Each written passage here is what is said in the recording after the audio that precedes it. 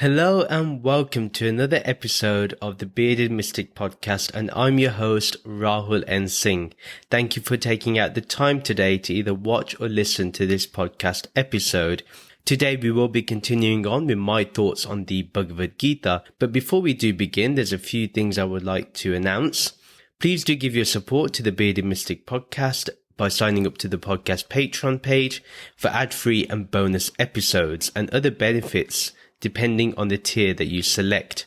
Details are in the show notes and video description below. On Saturdays at 11 AM Eastern Standard Time, there is a free virtual meditation session along with discussion and Q&A.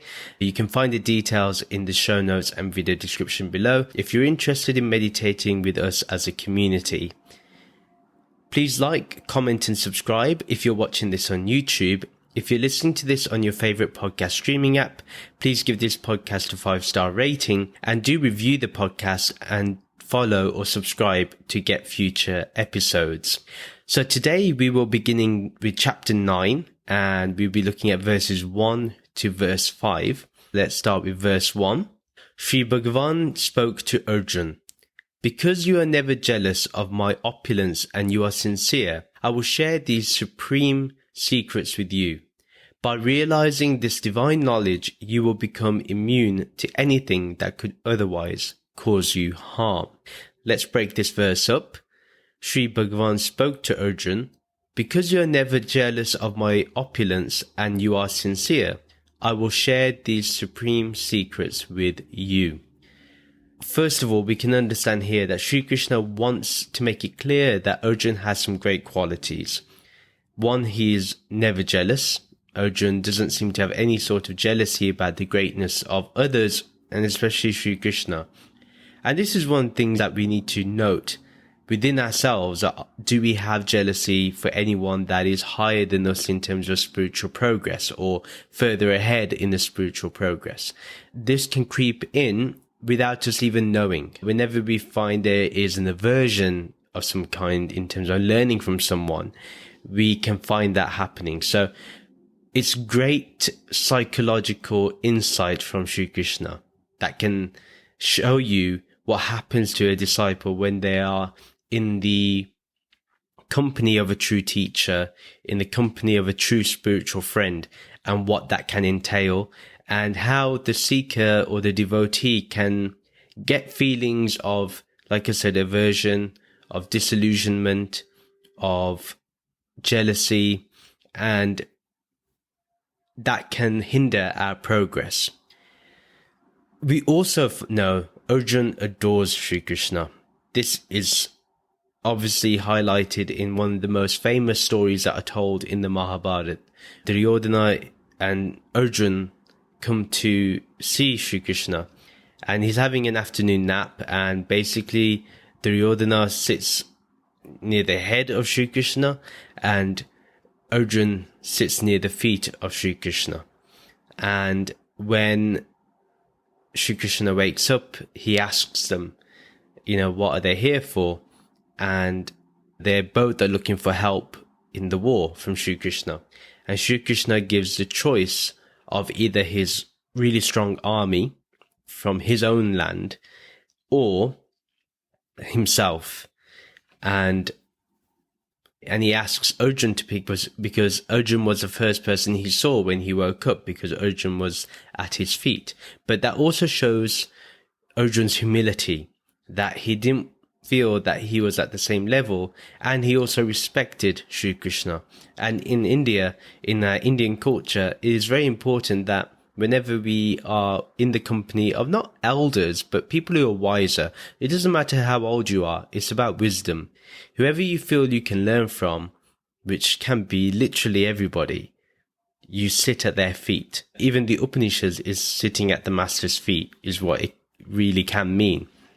So, anyway, back to the story. Sri Krishna asks them what they want, and Arjuna says, I want you, Sri Krishna.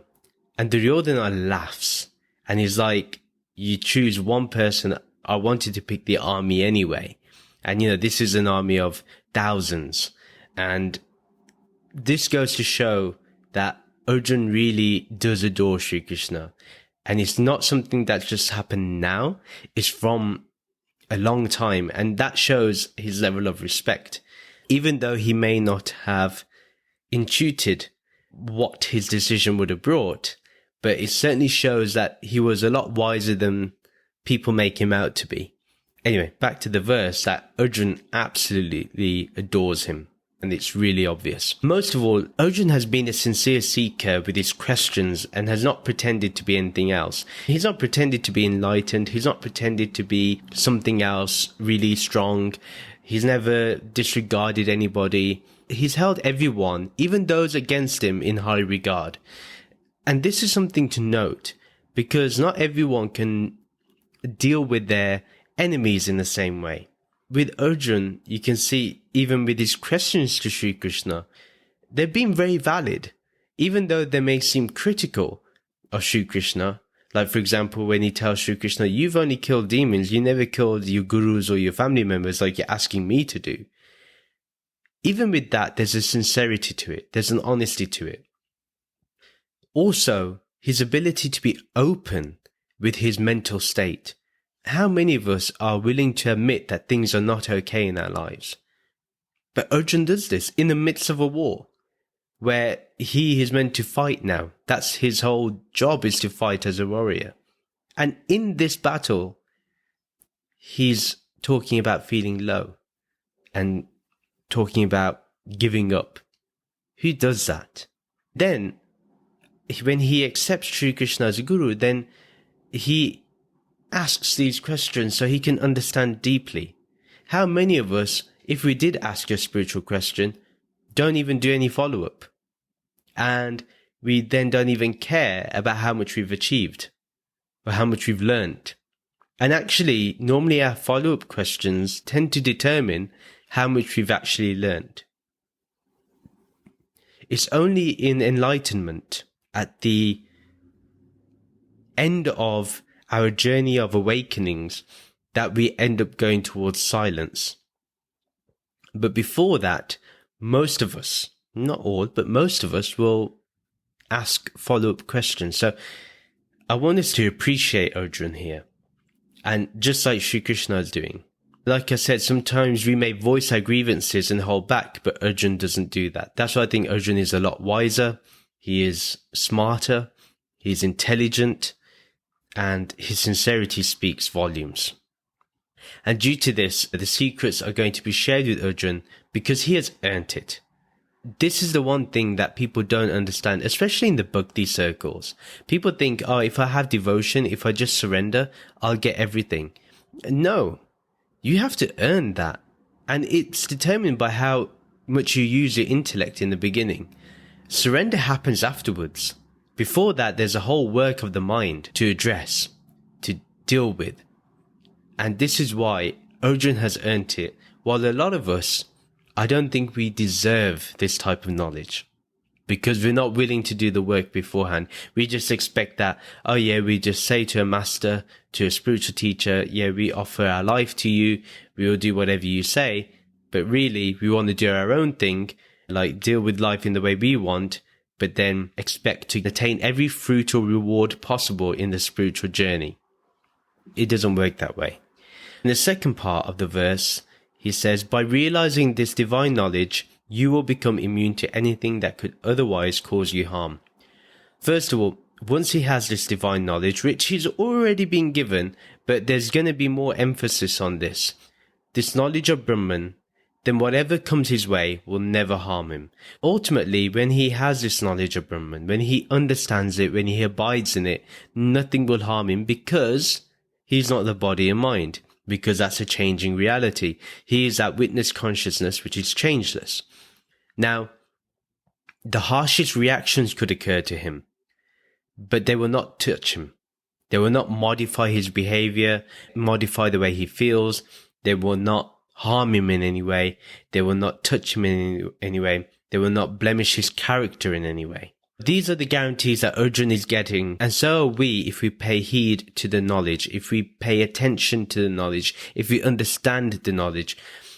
The one thing also that I find that happens in bhakti a lot, and there's a reason why I'm talking about bhakti a lot, because the Bhakti chapters are about to arrive, one thing I want to mention is that true Bhakti also means that you first understand the knowledge and that you get away from physical worship, idol worship. And I don't mean idol worship just in terms of murtis actually.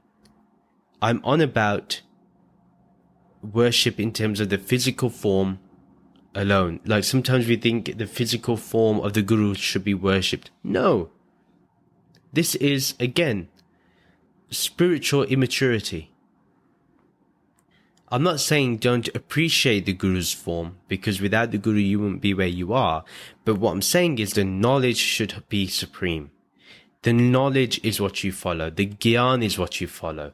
The Gyan is everything. This should be our insight. Also, if you're reading the Gita, it's not simply just reading the Gita or reading any of the scriptures. It's about practicing the teachings, putting it into our lives, experimenting with the teachings, seeing if they work, see what works for us, see what doesn't, because not all of us are going to go down the path of bhakti. Not all of us are going to go down the path of gyan. Not all of us are going to go down the path of selfless service. Not all of us are going to go down the path of meditation. Every one of us may have a mixture of all four, or a mixture of two, or just follow one. Whatever works for you is what matters. There's no right or wrong way. And that's the message I want to give on the podcast. Even though my focus is more gyan and a bit of bhakti and a bit of meditation and a bit of selfless service, seva, but most of all, you got to find your own. The other thing I want to say about this is that Shri Krishna also is telling Arjun that remember what I'm telling you. One, you're going to be immune to any harm in terms of if you get hurt in this, remember it's only happening to the body, not to your real self. And also, if you're doing an action and you let go of the doership, remember you're not going to get the reactions to that karma. Now, what he means by that is, it's not that the body and mind will not face the consequences. It may do so. But because your intellect is so strong, because you're established in Brahman, it will not harm you the way it would harm somebody else. Yeah, you could do the same actions as the next person, but because you've been practicing the spiritual teachings, it will not cause you the same level of harm. Verse 2, this is the secret knowledge that is primarily given to those who rule. It is the knowledge that empowers leaders to truly protect all beings and serve in a way that is pure and beyond the corruption of tamas. This knowledge is clear, always supports dharma, brings joy to all, and is always true. Let's break this verse up again. This is the secret knowledge that is primarily given to those who rule. It is the knowledge that empowers leaders to truly protect all beings and serve in a way that is pure and beyond the corruption of tamas. Indirectly here, Sri Krishna has already made Arjun the winner of the war. He's already declared his victory, which is very interesting. But he's also telling Arjun that this is the way to lead your nation too. This is the way to lead your kingdom. He's referred to this knowledge as the raw knowledge, the Rajvidya, the raw knowledge. This is how, utilizing this knowledge is how he's got to rule. But what is the true ruler? What is really ruling everything? It's this Brahman, this shared being. Therefore, this is the knowledge of formless awareness. This knowledge of formless awareness is what makes us established in Brahman, established in the formless, makes us formless in terms of identity, if you could call it identity, but we no longer associate with the body and mind, therefore we don't associate with name and form, status, title and all this. But we rule because we serve without a title. We don't need the title. People give the title, but we don't rule from that title. We simply serve others. That's it. Now, this knowledge of Brahman is the true protector of all. If Arjun keeps note of this knowledge, he will always be protected by it. When one serves the world beyond laziness, inertia, or even expectations of some kind, one attains the love of the nation, the love of the people, the respect of the people, and people will serve you because they see that you're an honest person. They see that you're a sincere leader, a sincere ruler of the nation. Now, what it means by over laziness and inertia, what can happen when people rule, you see this in companies today, which are really the new kingdoms. You see people become lazy with their ideas. They stop caring. They do cost-cutting exercises where they stop caring about the people, and they care more about the margin of profit instead of the margin of happiness. This is what happens. That's laziness and inertia. Yeah. When you start seeing that, for example, right now we see there is the whole layoff situation. In my opinion, this is the corruption of thumbs. This is laziness from these companies. If you're not losing money, in terms of if you're not in losses, why are you letting people off? You should allow people to work for you as long as you're earning profit. What's your issue? And a lot of these companies, okay, maybe some of them are facing difficulties, but a lot of them are still earning billions in profit and they're paying zero taxes. So that is what Sri Krishna is talking about here. Anyone that is doing these things, you can see they are lazy. The other aspect of laziness is that there is a big disparity in income. So you see a lot of CEOs earning millions, and you see the lowest pay worker in the company earning a couple of thousands. They're just earning 5 digits. And in the lower end, we're talking about $15,000, $20,000 or pounds. In my opinion, there shouldn't be such a big disparity. So that's also laziness, where we don't have proper structure. These are the things to note where we can adapt this to the modern day life. So if you have a business, if you're an entrepreneur, that's how you apply the teachings of the Bhagavad Gita. It's not about being a poster person of, oh, look, I'm following the Gita, I'm following the messages of Sri Krishna, look at me, while I rake in millions and let everyone else earn peanuts. That is not it. Or you earn money on the back of other people, paying for like courses and stuff, and yet you're not really giving them anything that's truly tangible in terms of you're not helping them actually spiritually. For example, there is a very popular YouTuber, podcaster. I won't mention the name out of respect. They have this coaching academy or coaching thing. Now, how many of the people are actually getting coached by that person? I doubt it. And the reason why I doubt it is because I've not heard one person today say, well, I come from that school where I got coached by that person.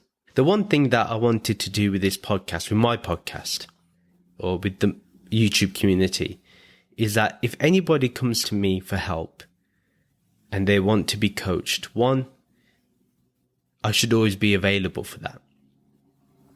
And, you know, there may be a time when one cannot do that. For example, I think with that YouTube personality or podcast personality, I think now it gets to a point where it's difficult. So if you are putting a paywall there, what my issue was with the paywall is really, it's not that person messaging you. It's basically like an AI bot that is literally messaging you, not that person. So for me, what it is, the person has to be there. If I am to do this one day, a spiritual coaching academy, then I would expect myself to be the person that is leading it, and I should be the one that helps you personally. And not only that, but there's follow-up from me. It's not literally you do the course or you do the program and then I forget about you. No. Even if, say, at one point I'm the coach and the other person is learning, well, even if we become peers, at the end of the day, if we both become coaches, which should be the goal anyway, is that this should multiply. I should be able to coach people who then will help others. And they should have their own system. In fact, it'd be even greater if they're more successful than me. That should be the way it works. And when I say this about, obviously, these people that are huge YouTube stars in the spiritual circles who've utilized the Bhagavad Gita or Upanishads or non-duality or anything like that. But the other side is, especially gurus today in spirituality, especially them, how many of your people are enlightened? Not people who just say they're enlightened, actually are enlightened. And how many of them have you turned into gurus? That should be the real test. If you still have disciples, in my opinion, there's a problem. This has to be addressed, not only in the spiritual circles, but even those that have taken a step back from being spiritual gurus but are more like coaches, or who made it more of an entrepreneurial thing. Even with you, how are you creating more coaches? Like, really? And that you have a code of ethics to support it. You know, it's not necessarily that this person can go wild. These are the things to look at. This person is not corrupted by finding shortcuts and looking for ways to bypass the system. No, that's not the real ruler. There are no shortcuts on the spiritual path because of how direct it is. It's simple as that. There's no shortcuts. There can be a shorter path and a more direct path, but there's no shortcuts. In terms of, to get to enlightenment, work has to be done. And then in the second part of the verse, this knowledge is clear, always supports dharma, brings joy to all, and is always true. This knowledge is about absolute clarity. It will clear all your doubts. It will address any questions you have. That's how pure this knowledge is. And if you feel that this knowledge cannot be questioned, then the knowledge you have is not perfect. This knowledge should be able to stand the test of doubt completely. And then it supports dharma, meaning the path towards righteousness. So always you will be following that path of righteousness. Whatever is right for the many, not for the few. Simple as that. It brings joy and happiness to all. Anybody you encounter loves being in your company, loves being in the company of that truth and that remembrance. It strengthens them. And it is eternally true, like I said, beyond doubt, and will never disappear or leave. It cannot leave you in any way. It cannot disappear in any way. It's eternally static. You could put it that way. And nobody can take this knowledge from you. Nobody. Not one person. You can lose it if you don't abide in it, but nobody can take it away from you. There's no magic mantra where someone will say something and suddenly you lose that Brahm Gyan or you lose that wisdom. No, you or me, ourselves, we can bring ourselves down and we can lose that wisdom, but that wisdom does not leave us. Then verse 3. Those persons who cannot stay in a state of Shraddha and focus upon the invisible yet essential truths of Dharma cannot attain a permanent connection with me. So they stay on the path that leads to repeated birth and death through samsara. We're going to look at the whole verse itself. If we cannot remain in reverence, in faith, in deep faith to Brahman, then we will be repeating the process of birth and death. This is true. What does reverence mean? What does Shraddha mean? It means that you are completely dedicated, completely devoted. It's an unbreakable trust that you have. This, it talks about the invisible and yet essential truths. One thing I'm just going to take a step back here. The underlying kind of truth that's there is this Nirgun Brahman, is this formless awareness, that knowledge of the revelation of that. If you are truly having that reverence towards Nirgun Brahman, you're fine. You will not go through samsara again because you are completely devoted. But a lot of us aren't. A lot of us, we use spirituality as entertainment, and that is not on. In my opinion, we are not here to be entertained. We are here to be transformed. So, a lot of people think, they attend a Jagrata, or they attend a Kirtan, or they attend like a Mahashivratri event, and they think, oh, look at the dancing, the celebrities, and all this stuff. That is all entertainment. It's got nothing to do with wisdom, got nothing to do with your self-transformation. Don't get fooled by such things. That's opulence. That's not dharma. Let's make that very clear. Dharma is Nirgun Brahman. Simple. That's the complete righteousness.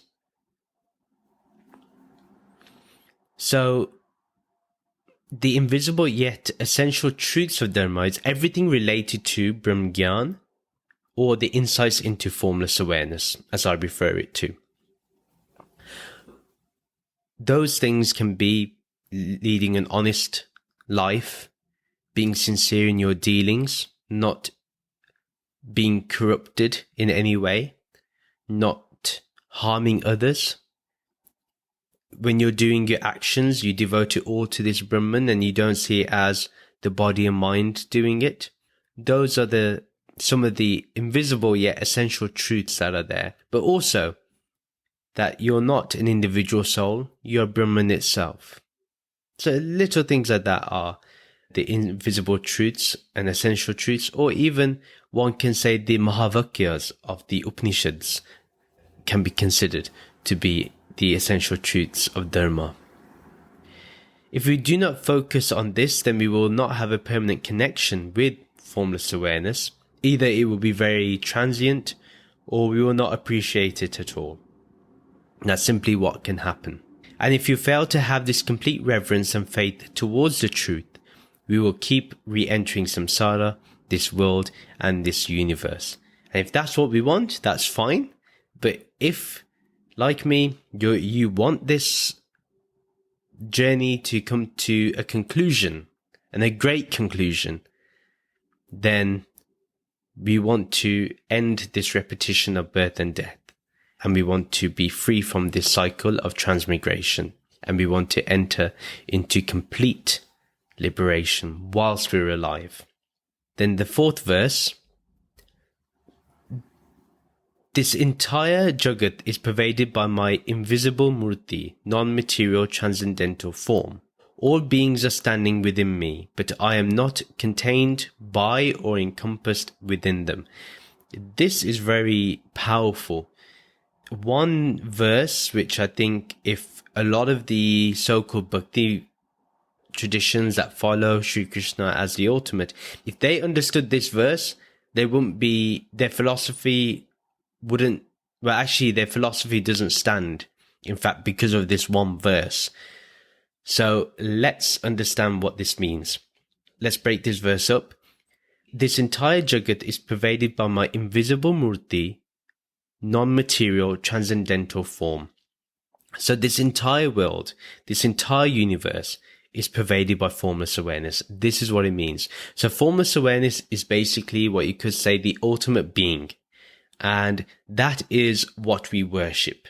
This is the true form. And the whole world, this whole universe is contained in it. Everything is contained in it. You could say the endless universes are within this invisible murti, this non-material transcendental form. Yeah, the only true murti that exists is this formless awareness. In fact, what gives life to the murtis that we see in the mandirs is this Nirgun Brahman, this formless awareness. This is what it is. So, if you understand what Murti Puja is, this is what Murti Puja is. When you are worshipping this formless awareness, when you're in the awareness of formless awareness, That is Murti Puja. In the true sense of the word. The true sense of the devotional act. So meditation and constant remembrance of formless awareness is the most supreme act of worship. That is true Murti Puja, as I mentioned. I want us to be clear on this. So it has to be always based on formless awareness. And I would even go to this point and say that many use murtis of brass or clay, but the true rishis use formless awareness as the true murti. This is the way we have to be. The latter. We have to be the rishis that use formless awareness as the murti, as a true form. So, like it says, invisible, it's a non-material transcendental form. Yeah, it's meant to transcend form, and it, you could say, translates to the essence. So the essence behind all of existence, behind space as well, behind emptiness, is this Nirgun Brahman, this formless awareness. Then the next part of the verse is, all beings are standing within me, but I am not contained by or encompassed within them. All beings in existence are standing within Brahman. Let's make that very clear. When I say beings, I'm also talking about the celestial bodies, this whole universe, the stars, the moon, the planets, everything. People, we are all standing within Brahman. Everything is contained within Brahman. These people or individual existences can never contain or encompass this Brahman, Nirgun or Saguna. So what that means is that whole essence, that complete essence, cannot be just in one person or in one form.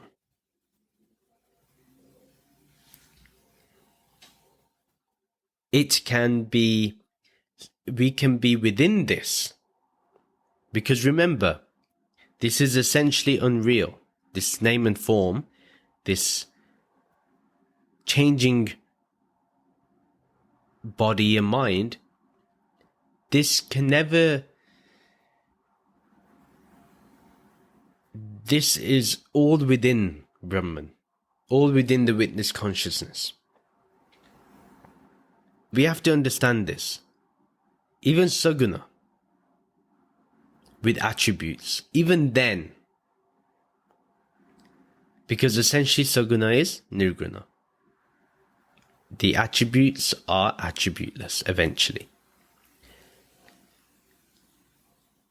This Brahman cannot be contained by the beings.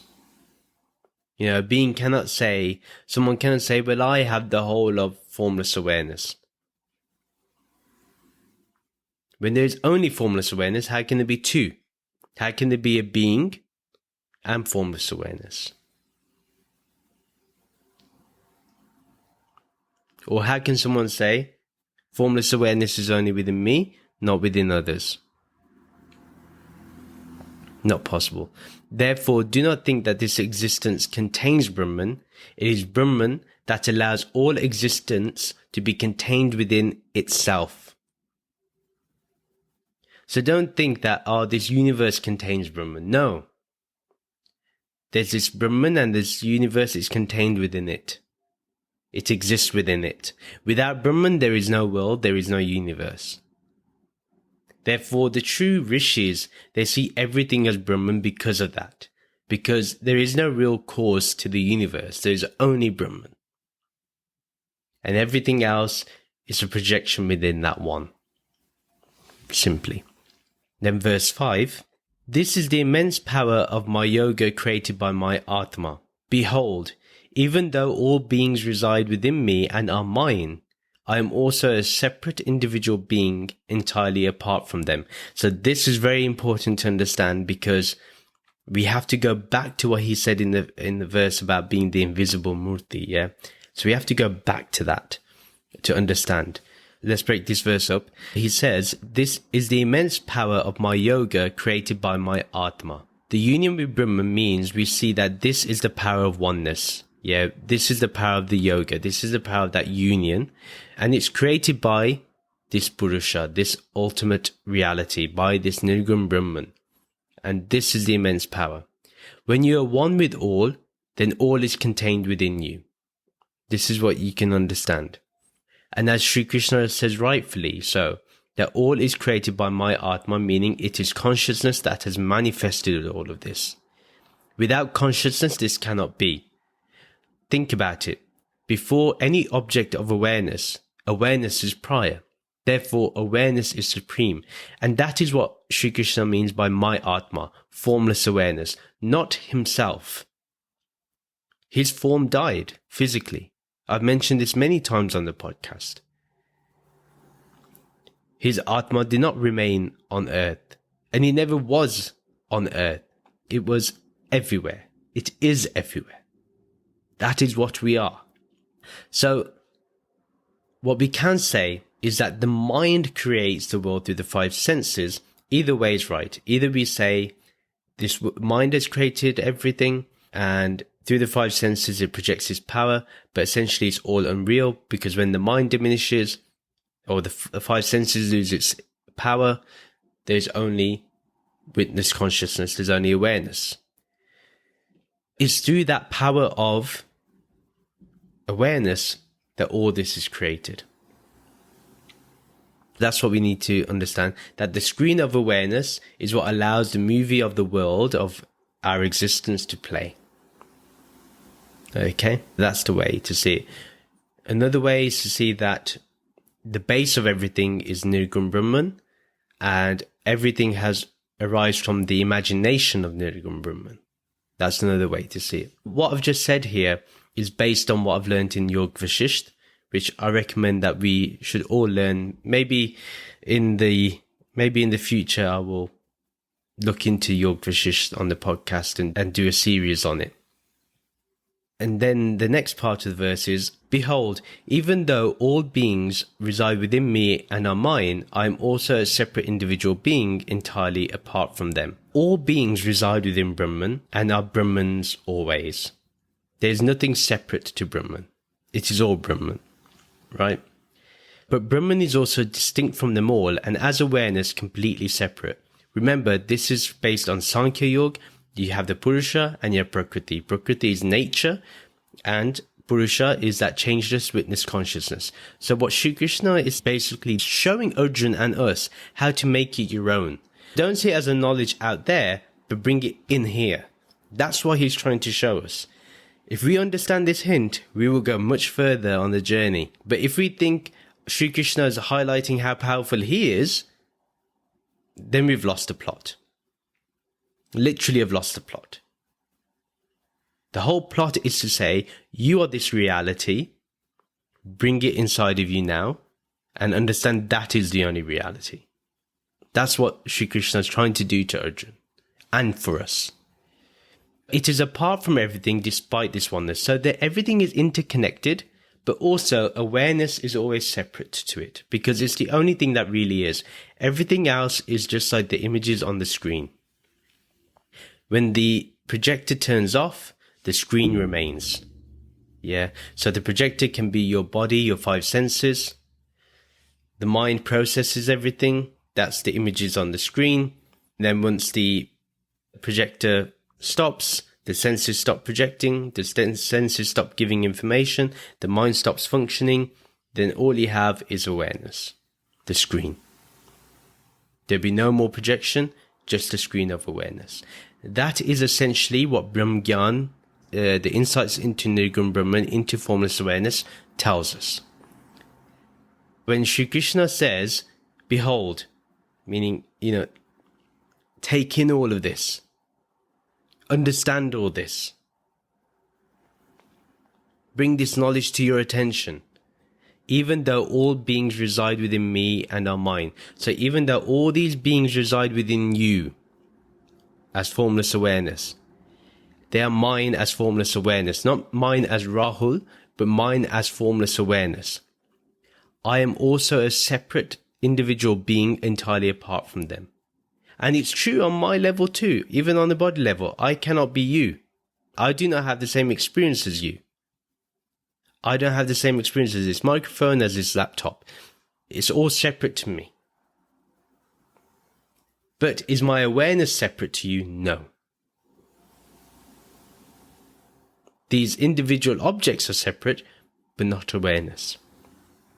In fact, I do know that all these objects of awareness are all on an atomic level the same.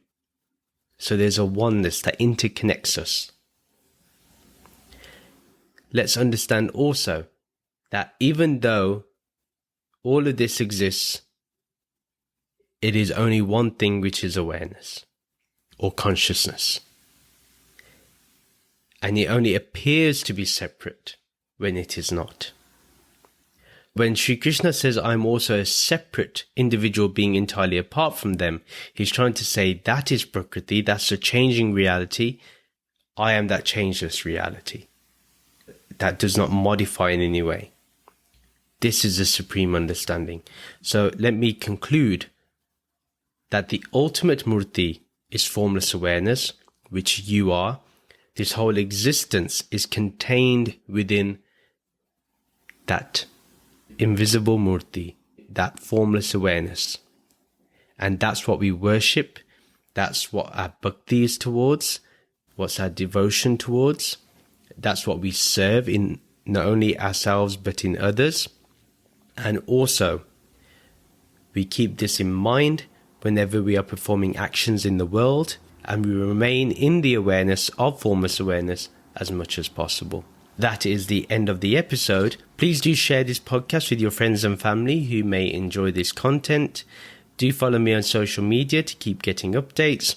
Join the Bearded Mystic Podcast WhatsApp community group to continue the podcast discussion. Details are in the show notes and video description below. If you would like to support the Bearded Mystic Podcast, please check out the podcast Patreon page. Details are in the show notes and video description below. Please do rate this podcast 5 stars and review the podcast on your favorite podcast streaming app or on the Bearded Mystic Podcast website. Please do like and comment on this video and subscribe to this YouTube channel. And please follow, subscribe to this podcast on your favorite podcast streaming app. Thank you very much for listening, and we'll end with the Soham and Shanti mantra. Soham, Soham, I am that, I am that. Om Shanti, Shanti, Shanti. Om Peace, Peace, Peace. Namaste.